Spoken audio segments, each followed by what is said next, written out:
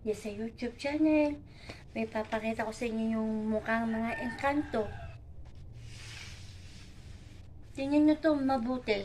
Itong mukha na may mga pinokyo at ibang-ibang mukha ng mga engkanto sa puno na ito sa pinuntahan namin. Teren! Yan. Tingnan nyo mapulit yung ano dyan. Tapos meron pa may nakadunga para may multo. Yan, yung mga engkanto yan ha.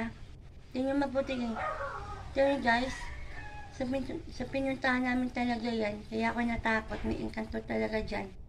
Sa takot ko mismo. Sa takot ko talaga.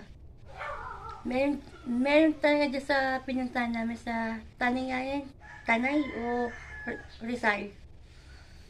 Sa pinuntahan namin kami sumimpa dyan, kaya ano dumalang kami